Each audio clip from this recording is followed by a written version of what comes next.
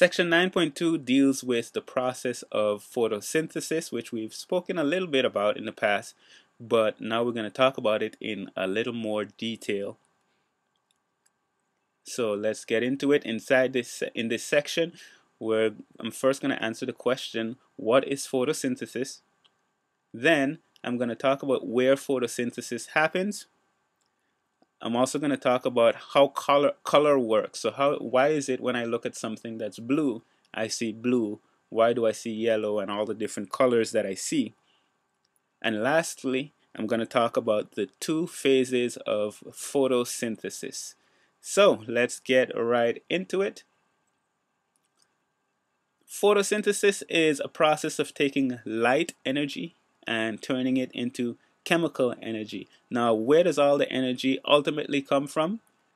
And by now you should be saying that that is the sun, and plants can take this energy from the light, from the sunlight, and turn it into chemical energy. And in plants, this energy is stored as carbohydrates. So we're taking light energy and converting it into chemical energy, and it's stored as carbohydrates. Now, photosynthesis happens in two phases. There's the light-dependent reaction, and of course you can imagine that this uses light, this is the part where we're converting the light energy into the chemical energy.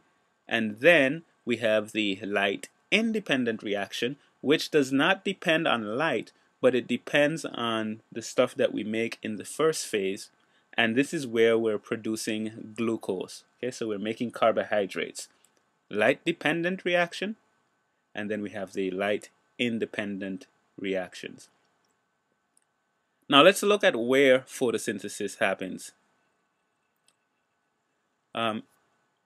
Inside the chloroplast, we have thylakoid discs, or we also can call them grana. And we looked at this when we were looking at the plant cell. Now, the light-dependent reactions happens in the membrane of the thylakoid discs. So in the thylakoid membranes, this is where the light-dependent reactions happen, because this is where we have chlorophyll, which we spoke about earlier also.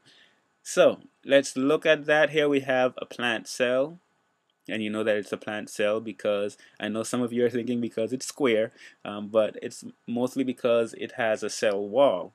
And in the plant cell we have our chloroplast here, and let's zoom in on that chloroplast a little bit, and you can see here we have the thylakoid discs. So in the membrane that surrounds those discs, the green membrane that you see here, that's where we have the pigment chlorophyll, and that's where we have the light dependent reaction happening.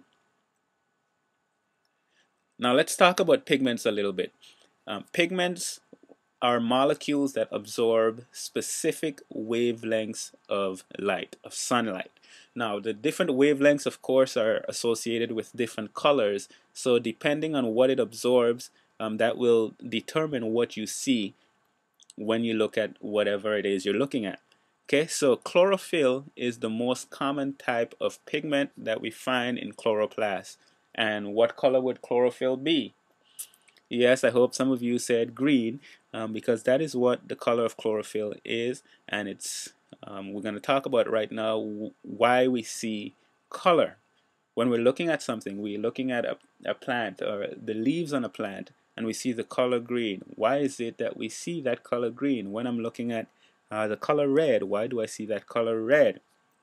Well, when you're seeing colors, you're seeing the colors that are reflected and not absorbed. For example, green pigment absorbs all light except green. So if you're looking at something that has the pigment chlorophyll, that's absorbing red, it's absorbing some blue and yellow, but it's reflecting green. And because that's not absorbed, but it's reflected, it comes into your eyes, and that is the green light comes into your eyes, and green is what you see. Okay, so keep that in mind. What you see is what is reflected and not absorbed. When the weather changes, all the chlorophyll is absorbed into the tree. So when we come, especially in Michigan, in the fall when the leaves start changing, it's because the pigment is being absorbed into the tree, and the colors that you see are from other pigments besides chlorophyll. We're not going to go into all those details, but just keep in mind what you see is what is reflected, not what is absorbed. Okay, so what you're seeing yellow right now is because yellow light is being reflected into your eyes, and that is what you see. Here blue light is being reflected, here red light is being reflected. Now what about this black? I know some of you might be thinking, well, that's because black light is reflected, but is there really such a thing as black light? No, what you're seeing is a result of all the colors being absorbed and none being reflected, so you're seeing a dark color, which is black. If you have something, for example, if I don't know if you've ever noticed this, but let's say there's a black car that's outside in the hot sun, and let's say you come by and you put your hand on that black car, what do you usually feel?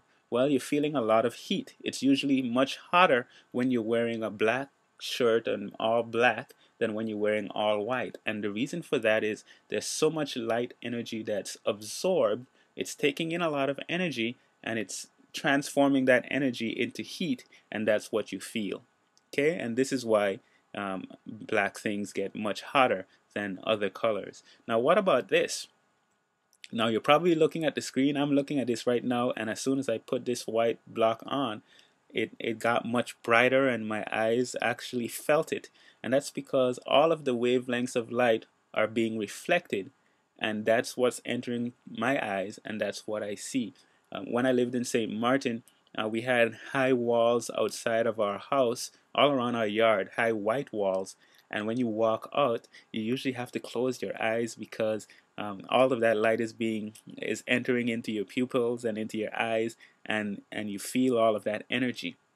And this is another reason, just living in Michigan here, well, not here because I'm in Florida, but there for you, living in Michigan, when it snows and you walk outside, it's usually very bright because there's so many wavelengths of light being reflected that your eyes have to accommodate for that, and so on. So this is why we see the colors that we see.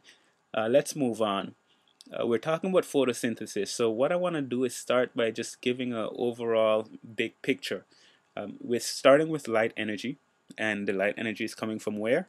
It's coming from the sun. That light energy then is used in the light-dependent reactions, and then from the light-dependent reactions, the things that we make there go to the light-independent reactions.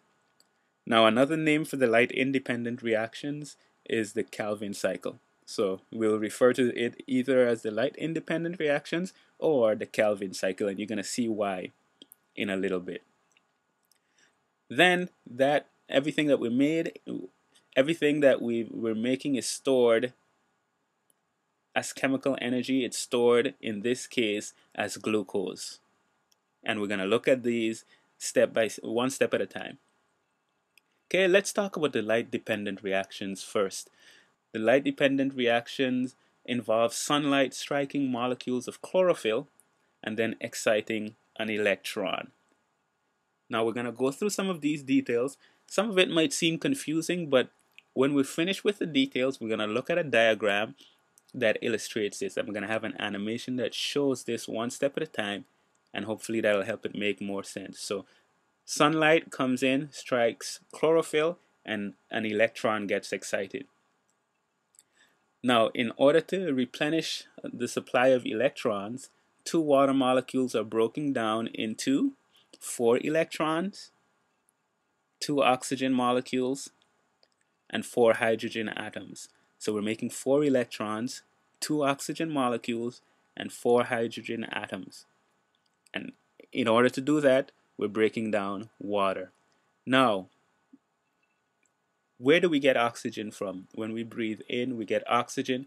That oxygen comes from plants and trees and so on, and this is where that is made. Okay, so it breaks down the water that we give the plants, and it produces oxygen.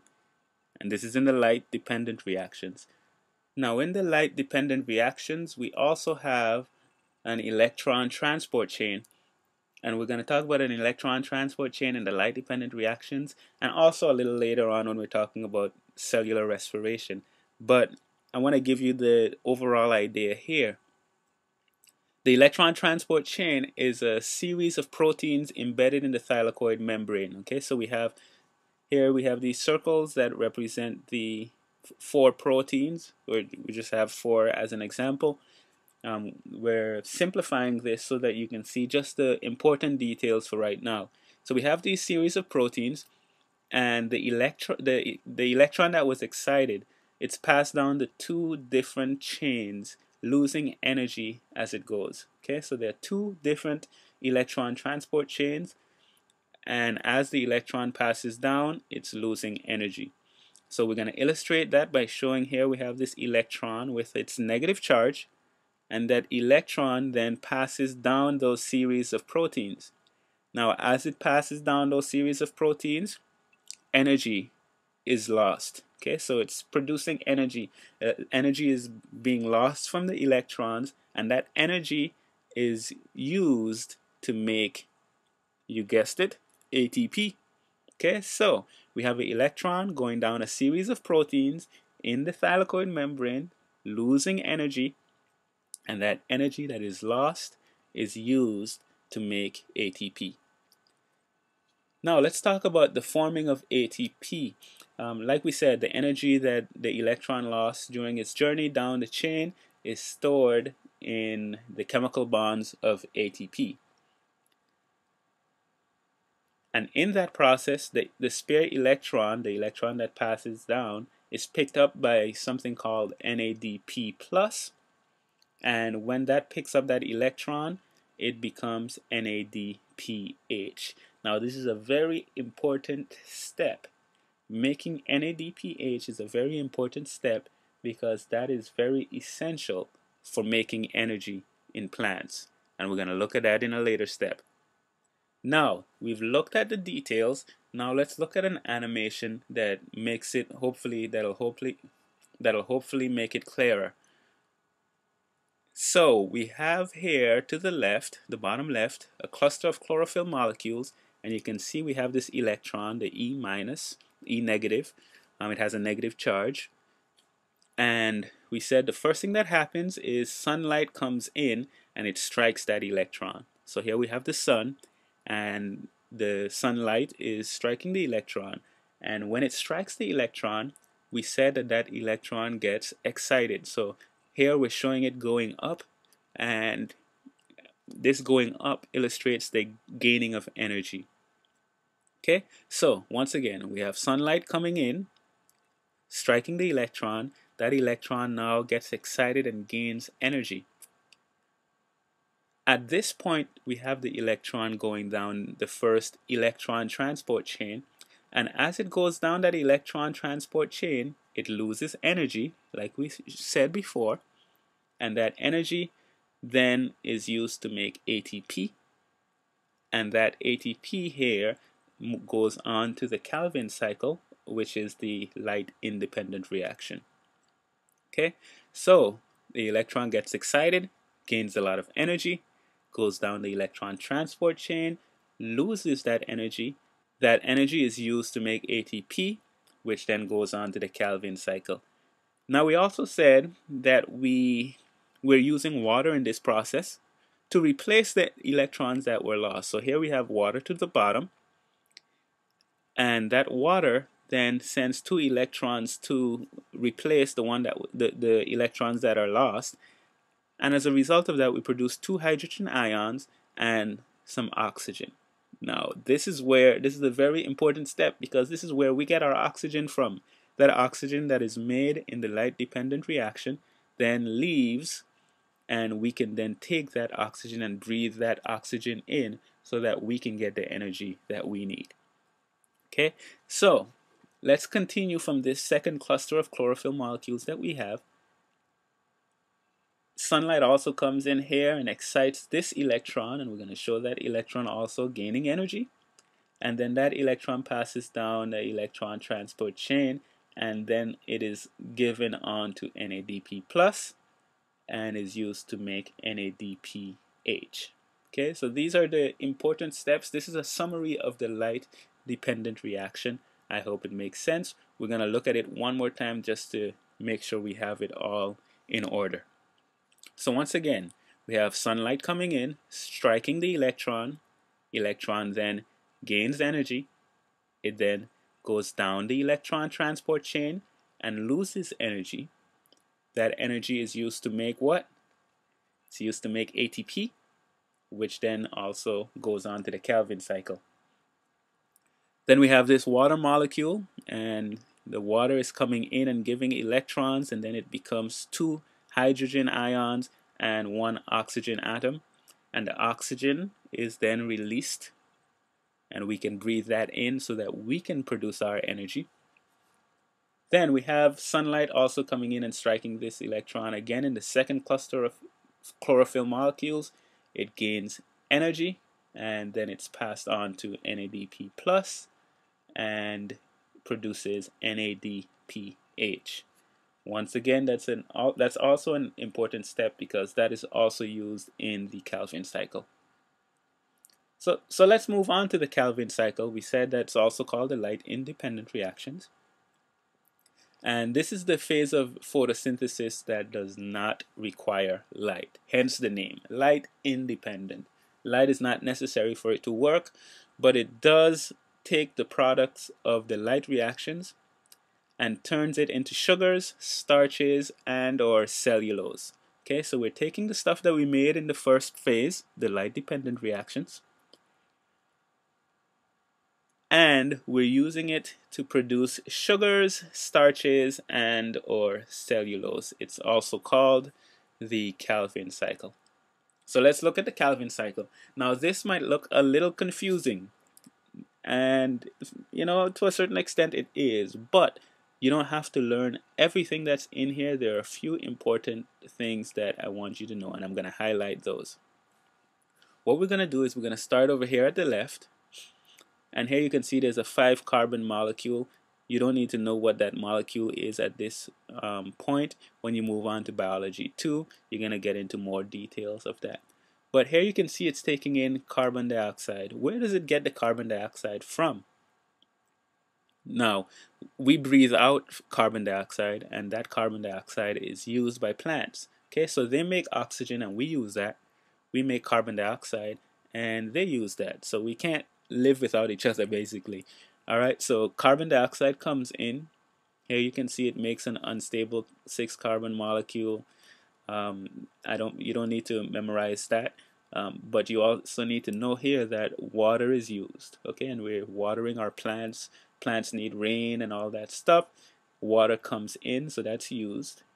And here you can see it's using ATP. Where does it get that ATP from? Now you should have said from the light dependent reactions. Okay, so it's using that ATP. It's also using NADPH, and of course that also it's getting from the light dependent reaction. And the important thing here is that we're making this 6-carbon sugar, which is glucose. Okay, and we've looked at glucose already. It's a monosaccharide, but this is what we're producing. Okay, then you can see it's using here ATP again, and it goes back to where we have this 5-carbon molecule, and this cycle just continues and continues and continues. So the important things: 1, we're using carbon dioxide. 2, we're using water, and the carbon dioxide is getting from us. We breathe that out. The water it gets when we water our plants. It's using ATP and NADPH, and it's getting those from the light dependent reaction, so you might want to write that in. It's making glucose.